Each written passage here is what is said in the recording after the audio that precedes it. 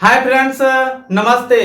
आप लोग कैसे हैं? आशा करता हूं कि आप लोग बहुत अच्छे होंगे। आज मैं आप लोगों के बीच हिंदी व्याकरण के तहत सर्वनाम टॉपिक लेकर आया हूं। तो चलिए चर्चा करते हैं सर्वनाम पे।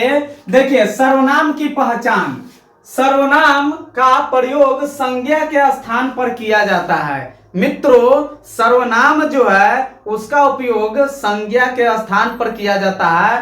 अर्थात कहने का अर्थ है कि संज्ञा के बदले जिन शब्दों का प्रयोग किया जाता है उसे हम सर्वनाम कहते हैं। देखिए, बिंदु नंबर 2, सर्वनाम संज्ञा की पुनरावृत्ति अर्थात आवृत्ति को रोकने का कार्य करते हैं। देखिए, पुनरावृत्ति का अर्थ क्या हुआ? आवृत्ति का अर्थ क्या हुआ?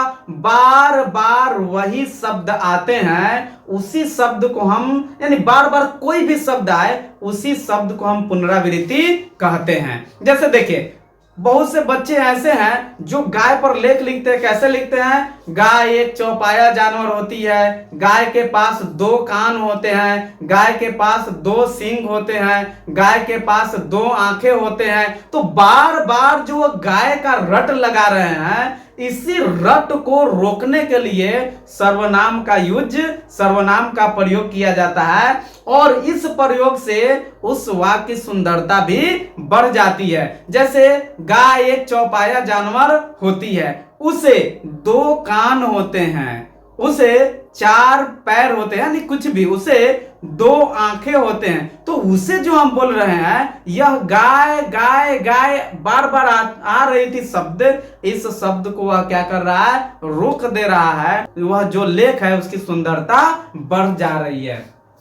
फिर देखिए, ये 3 नंबर प्रश्न, सर्वनाम के प्रयोग से वाक्य की सुंदरता बढ़ जाती है। ये क्या है? सर्वनाम की प्रयोग से वाक्य की सुंदरता बढ़ जाती है।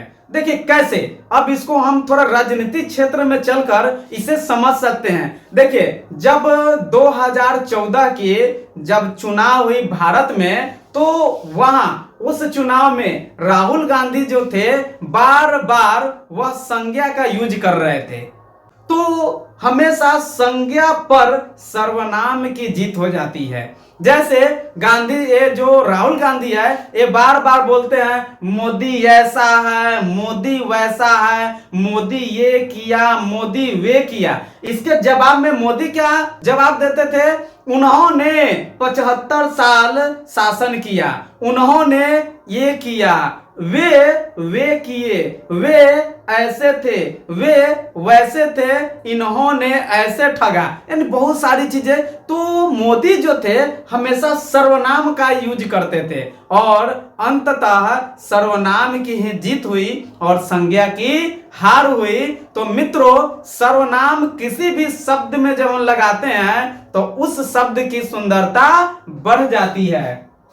फिर देखिए, ये 4 नंबर सर्वनाम विकारी शब्दों के अंतर्गत आते हैं।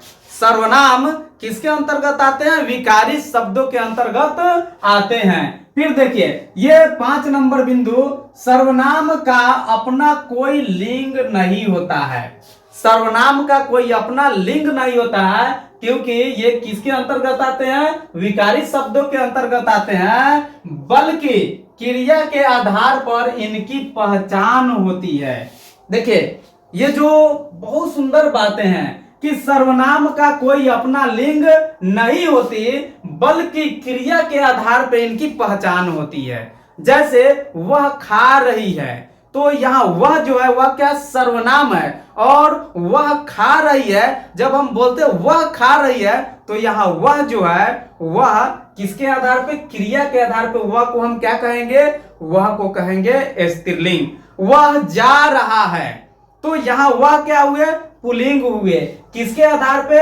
क्रिया के आधार पे। तो ये जो सर्वनाम है उसका कोई लिंग नहीं होता है और क्रिया के आधार पे इसकी पहचान की जाती है।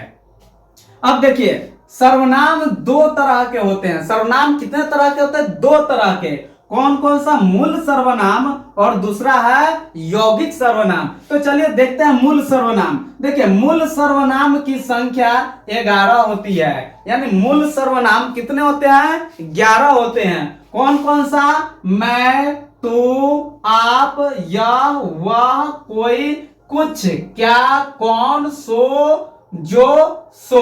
तो देखिए ये क्या है, 1 2 3 4 5 6 7 8 9 10 और ये 11 क्या हुए, यानी कि मूल सर्वनाम 11 होते हैं। मैं, तू, आप, यह, वह, कोई, कुछ, क्या, कौन, जो, सो, ये क्या हुए, मूल सर्वनाम हुए। अब देखिए मूल सर्वनाम में कारक चिन्ह अर्थात परसर्ग लगाकर यौगिक सर्वनाम बनाए जाते हैं। देखिए बहुत सुंदर बातें हैं, ये तो मूल सर्वनाम हो गया, लेकिन ये जो यौगिक सर्वनाम है ये क्या है। तो जब मूल सर्वनाम में हम कारक चिन्ह अर्थात परसर्ग लगा देते हैं तो इससे हम क्या करते हैं, यौगिक सर्वनाम का निर्माण करते हैं। जैसे देखिए यहां क्या है, आपने, आपको, आपसे, आपके लिए, आपकी, आपका, आपके, अपने, आप पर, ये क्या है, ये जो है ये है यौगिक सर्वनाम। ये क्या है, यौगिक सर्वनाम है। लेकिन यौगिक सर्वनाम बने कैसे, तो देखिए यहां क्या है, आप है, ये क्या है आप, और आप क्या है, ये है मूल सर्वनाम।